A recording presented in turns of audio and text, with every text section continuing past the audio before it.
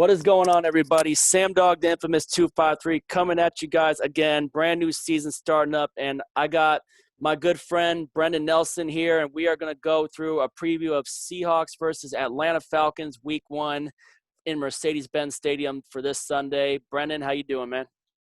I'm doing good. Thank you for having me on, Sam. And this meeting is brought to you by Microsoft Zoom. We went through a bit of a hardware and software upgrade this year. We did big time, man. And Zoom is definitely making big time profits ever since the pandemic started. That's for sure. For While sure, yeah. while airline deals are going down, Hmm. obviously because of this, they're taking the biggest hits. But other than that, let's get into the first things first. Obviously, a lot of changes going on in the off seasons with both teams, and Seahawks taking on Atlanta. We are quite familiar. The Falcons are kind of an up and down team because it seems like the past some odd years, every time when we play them, we never know what kind of team the Falcons are going to get. And I want to start out with I think for you and me, we both know the first key to beating the Falcons from what we've seen in the past few years is the team that wins the turnover battle will win the game. And I think the first thing we would have to do is make sure that we are on the winning end of the turnover battle, just like we were last year too. Any thoughts about that? Yeah, that's pretty accurate. Obviously, in terms of our fundamentals, I feel like we are very close to being one of the least turnover-prone teams in the league last year. And the last 2 years, in fact, Wilson has been near the bottom of the league in interceptions and fumbles. Really, he has not. I don't think he lost a single fumble last year. He had like 5 interceptions in 18 games last year. The year before, he had maybe 10 or 11 turnovers total. Mm-hmm. So if we can clean up with some of our fumbling issues, which history does tell us that fumbles are sporadic from year to year. The teams that fumble a lot one year don't necessarily fumble a lot the next year. The players that fumble a lot one year don't necessarily fumble a lot the next year. So if players like Chris Carson and DK Metcalf, those were the two main offenders last year, but you Right. can throw a lot of other players in that group. If they do not fumble, we should be one of the least turnover prone teams in the league. And that's why my expectation is that this offense is going to be very, very potent this year and should be the driving force behind a lot of victories. And I think Yeah. that's obviously going to be the key in Atlanta because we know Atlanta's going to score points. Yeah, they got Julio Jones. They got Calvin Ridley. They recently made that trade for Hayden Hurst after losing Austin Hooper. And then obviously in their run game, we face a foe we are quite familiar with from 2015 all the way through 2019 from the NFC West. Todd Gurley now joins that backfield in Atlanta. So now there's the concern of trying to stop Todd Gurley on the ground too. But the question is, since he's going from basically Sean McVay over to, you know, to Dan Quinn and freaking that Dirk Cutter ran offense in Atlanta, do we see a completely different Gurley than what we've seen in LA compared to what he'll possibly be in Atlanta? That's an interesting question. Last year, I remember in the offseason, they were saying, oh, Gurley looks fine. Gurley ran 24 miles an hour today at practice. Gurley is back to what he was before 2018 when he fell off by the end of the season. And we never really saw it. We kind of saw it once or twice maybe, but for the most part, we never saw it. So obviously, Todd Gurley is having some health issues that have really stunted his ability to play the game of football. I don't know if those go away just because he switches teams. Yeah, Obviously, he's playing in a state that he played. I mean, I think that was one of the driving forces behind why he went to Atlanta. because he played college at Georgia. Yes, he did. He played college football at Georgia. So I don't know if this is just sort of a hometown tour or if he's actually going to have a big season for Atlanta. Obviously, they have the offense where he should be able to do something. If he can Yeah. do anything, he should be able to do it in this offense with the best receiver in football and a high-powered offensive attack. But I don't know. I don't think stuff like that gets better. Nah, maybe not. But another thing is this now, because last time when we were playing the Atlanta Falcons, we were killing them a lot on the run. And then, of course, Tyler Lockett had two of the craziest one-handed catches in that same game.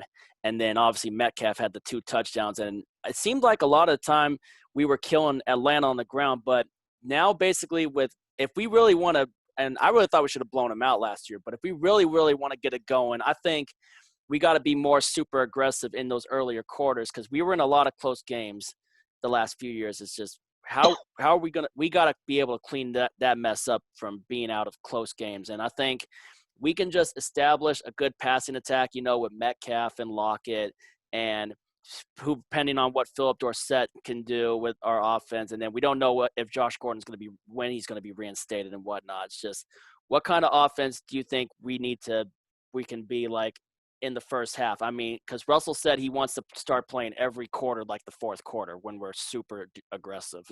Yeah, that is definitely the name of the game for the offense this season. How aggressive are they in general? I made a video yesterday on my channel where I looked at the run-pass tendencies of this team in certain situations. I looked at how they progressed or degressed in some cases from 2018 to 2019. And basically, in any situational metric you can come up with, the Seahawks have been one of the most run-happy teams in the league.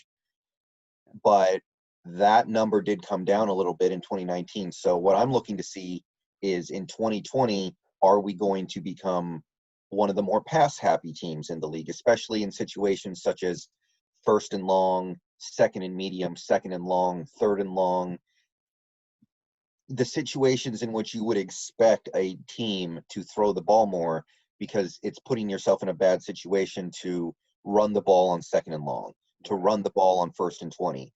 And in previous years, the team has really disappointed me with their play calling in these situations. So that's part of what I'll be watching this year. My expectation is that we start play calling like a team that has an elite QB, that has good receivers, because that's what we have. And obviously, some people are concerned about this offensive line not being able to hold up in pass protection, but we've now had multiple off seasons to address this offensive line. So at a certain point, this front office and coaching staff needs to get it right with who they bring in, who they develop, who they draft, and get to the point where they can be a wide open, pass the ball 40 times a game offense. So my expectation is that pretty quickly here, we're going to see a team that comes out, passes the ball a lot to start the game. And if they have a big lead in the second half, then you can think about running the ball, trying to take time off the clock. But in that first half, I'm going to be looking at the run-pass splits. I'm going to be looking at what kind of passing plays we call. I'm going to be watching for give-up plays. I'm going to be watching for, runs on first and 20, runs on second and 12. These are the kinds of plays I want to stay away from. Right. My expectation is that we do stay away from them. I agree. We got to start, if we get like in those long situations, we got to start trying to bomb them for big gains in that too. But then another thing is, we all know that one of the other key things is going to be the pass rush. We have to establish a pass rush, get pressure on Matt Ryan, and be able to, because our sack numbers were not that great last year. I mean, and one of the things that we need to get, obviously we added Benson Mayowa and Bruce Irvin, both close to 8 sacks in the previous season. I think, was it Mayowa that had the 7 sacks, or was it Irvin that had the 7.5 They both sacks? had about the same sack number. They both had basically career seasons. Mm-hmm. There's reason to believe they were not playing that well outside of pressure numbers, but at the same time, what we need right now are players who can get pressure, so I'm not so worried about that. And then we drafted Alton Robinson too, which when we drafted him, I remember you and me, I was commenting in a chat about Robinson's sack numbers over at Syracuse, if you remember. I mean, and then he seemed to put on some weight. He worked out with Cliff Averill and a couple other guys during the off season too. So what are you hoping that we get out of Alton Robinson in his first year as a rookie? Well, I'm not expecting a whole lot from any rookie this year, with the possible exception of Damian Lewis. It's an uphill battle for these guys. That's the case for pretty much every rookie in the league. I think that with the offseason that we had, with no preseason, with no rookie camps, with no OTAs. No eye test. Yeah, just very little going on there. I'm not expecting a lot of any rookie this year, except for, again, maybe Damian Lewis, because he's going to be starting week 1. And that should be a position that he can pick up pretty reasonably. But I think that Alton Robinson, I'm listening to the buzz coming out of camp, which has been very positive. I think we're going to see him get a few pressures as the season goes on. I think maybe we could see something like when Frank Clark was a rookie, because Frank Clark's rookie year, he had like 3 sacks. He didn't play very much until the end of the season. He really did not have a big impact on the 2015 team, but we saw the flashes of promise. And then the next year, he had 10 sacks. So that's my best case scenario. I don't think Alton Robinson's going to be a big factor from the beginning. And I'll say this. I'm not expecting the defense to come out and play great to start the season because so many of these pieces are new. A bunch of pieces at the defensive end spot are new. We have 2 rookies, well, 1 rookie effectively because Darrell Taylor is not going to be playing yet. Yeah, but we have Benson Mayowa is new. Bruce Irvin is new. I don't know if Jordan Brooks is going to play, but he is new if you count him. Jamal Adams is new. Quentin Dunbar is new. A lot of these pieces are new, so I'm not expecting the defense to have everything right from the beginning. This is the kind of game where the defense could give up 30 points or more, and I wouldn't necessarily be too down on them because I understand it's going to be a process with these guys. It will be. That's for sure. I mean, and you mentioned Jamal Adams coming in here. What kind of effect can we have? Will we run him like, in a way that Greg Williams ran him in New York with like throwing him in on safety blitzes to try to get after the quarterback, or of course stopping the run, like, because we're going to need the big time, Atlanta, it's going to be crazy now, because we got to try to shut down Todd Gurley now in week 1, except now he's on a different team, which I mean, shutting down the run, and then of course trying to lock down a guy like Julio Jones, Calvin Ridley, Hayden Hurst, and whoever else Atlanta has. And I mean, I think if we put one thing we cannot do is, I mean, I've heard it say, I mean, how hard would it be, like, we got to try to shut down Julio Jones in the right way with trying to shut down Ridley and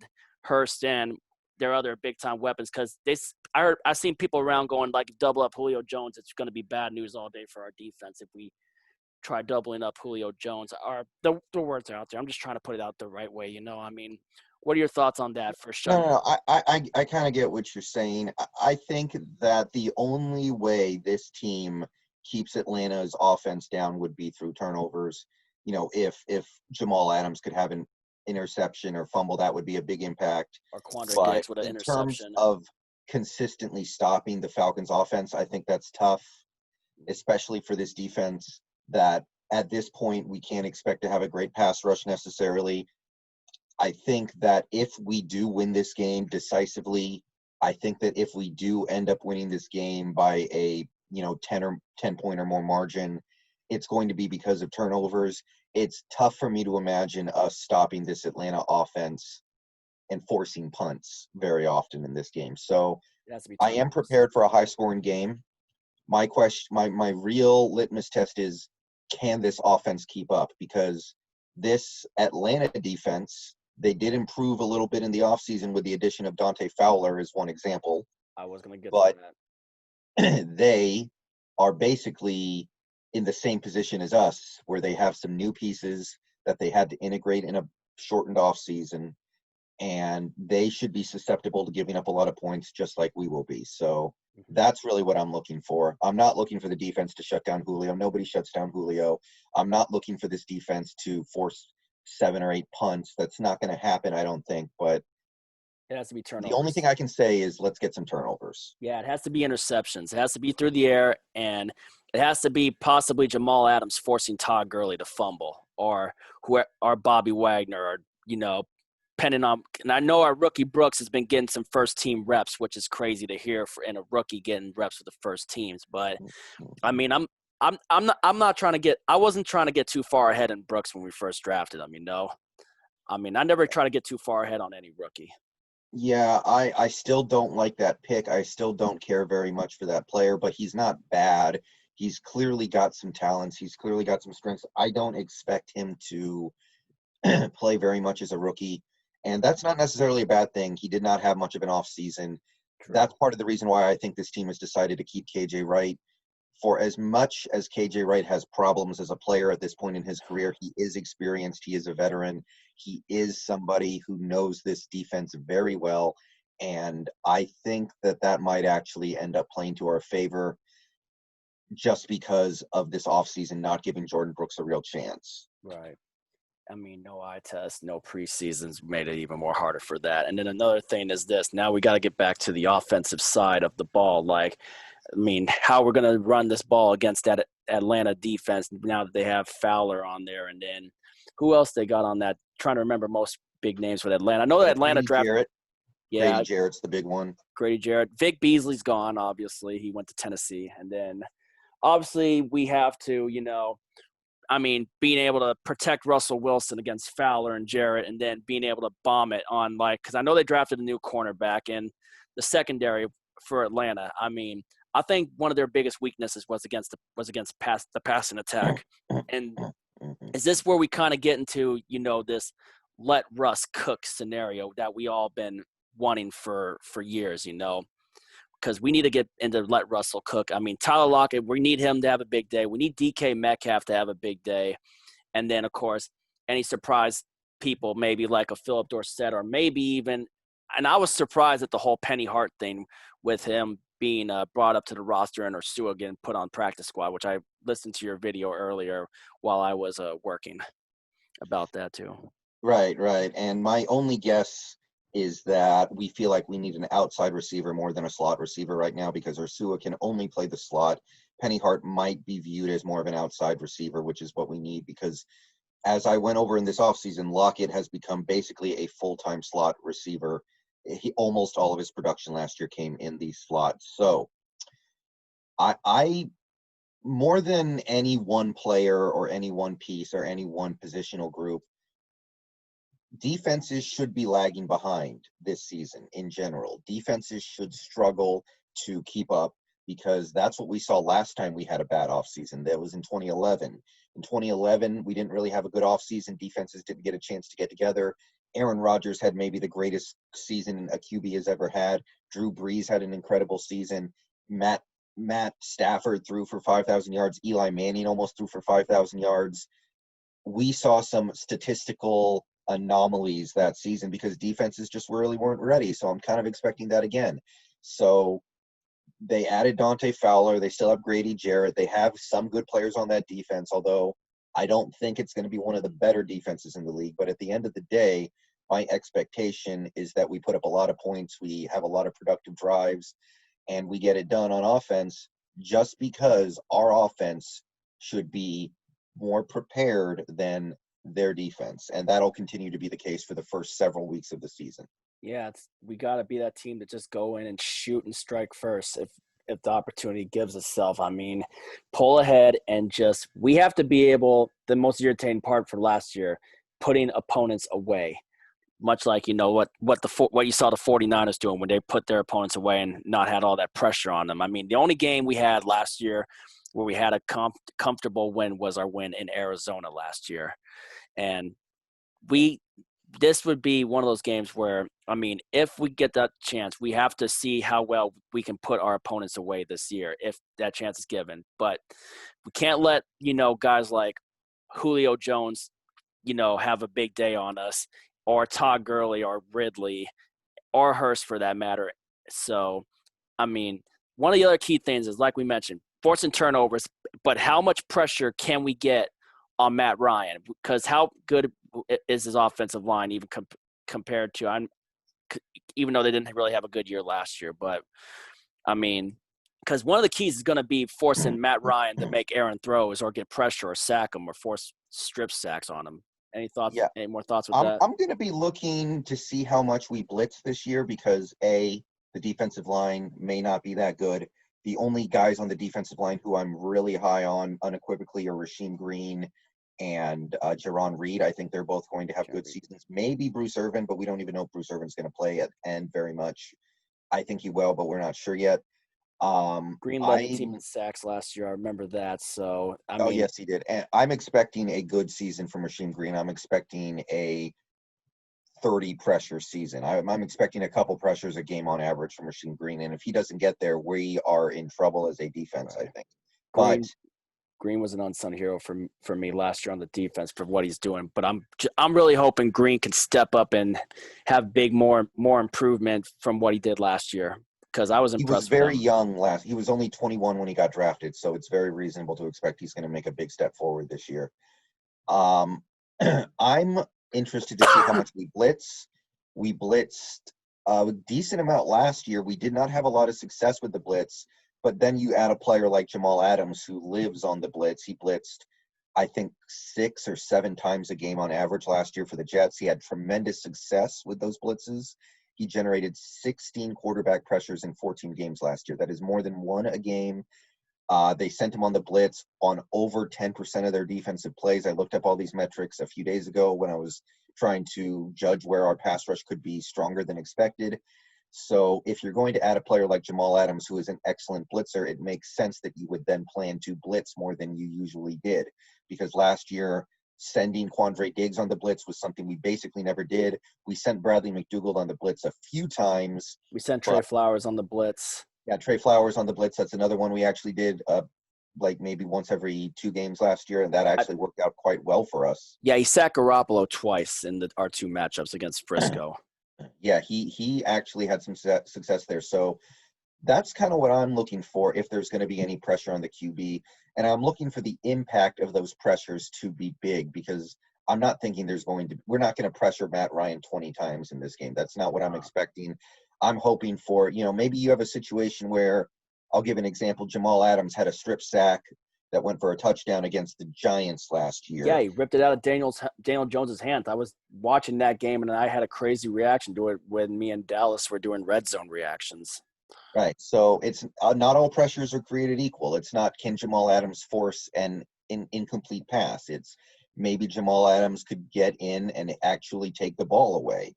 So interceptions. Yeah, exactly. So I'm not looking for this team to generate a ton of pressure. My hope is that we can have a big impact with the pressures that we get. No dropped interceptions, no missed opportunities to recover a fumble, and that can make the difference in this game. That's how this game can get away from Atlanta quickly. House calls matter too if we can generate a pick 6 if we're lucky on to get an open lane. Because didn't Jamal have 2 pick 6s last year? I mean, how many pick 6s did Jamal Adams have last year? I think he had one. I think he had 2 defensive touchdowns. I know last year he didn't have a lot of interceptions, but he forced a ton of fumbles. Like, I think he forced like 6 fumbles, maybe 7 last year or something crazy like that. He was always around the ball, even if he wasn't picking it off. How big would this improve tight end coverage? Because we know we were pretty bad against tight ends in the past too, and we definitely need to get back to doing better coverage on tight ends too. That's going to be difficult. That's another huge point of emphasis for me this season.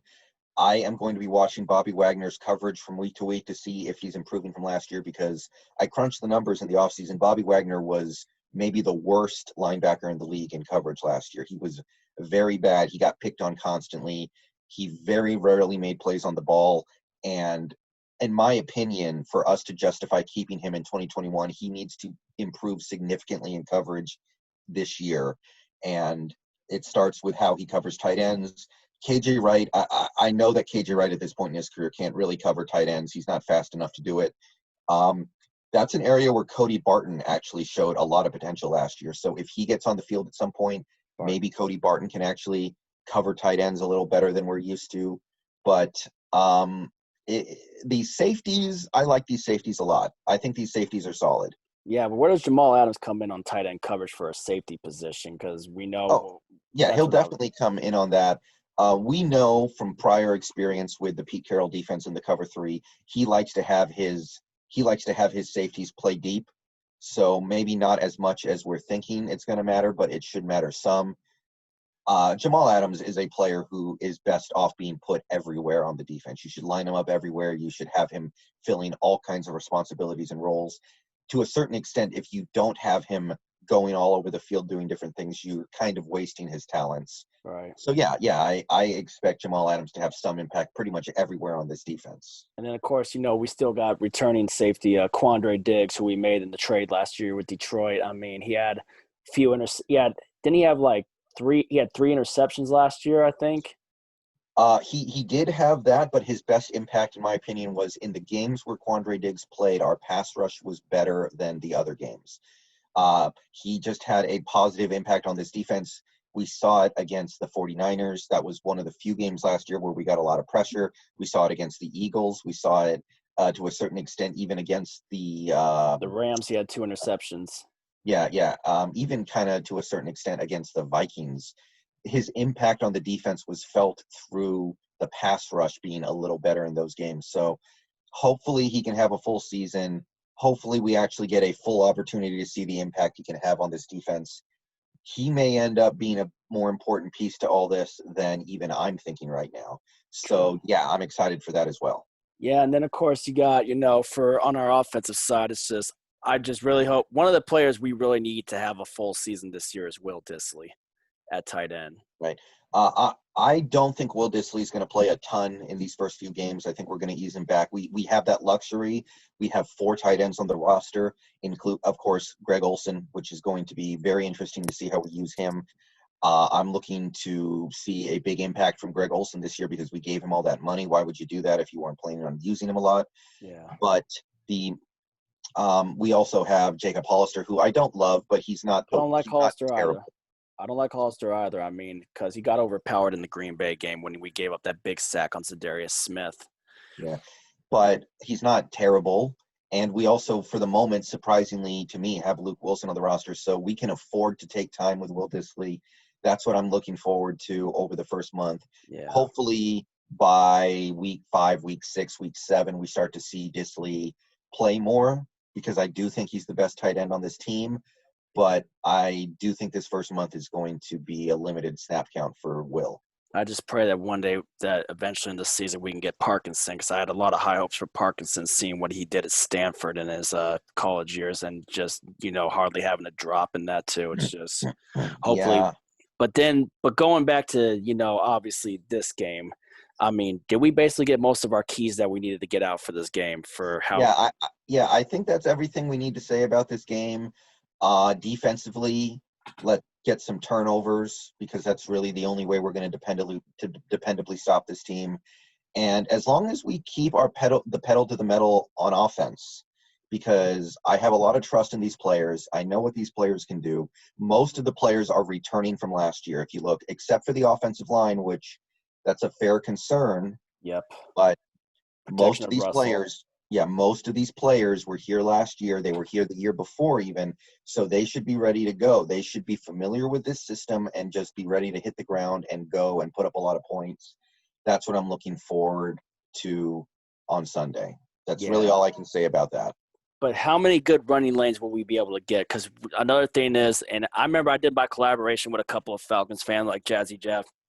He was saying like if that we have to be able to run the ball well enough on them to be able to beat them. I mean, and I know when I was saying like the whole let Russ cook, and I mean, what's your whole thoughts on that?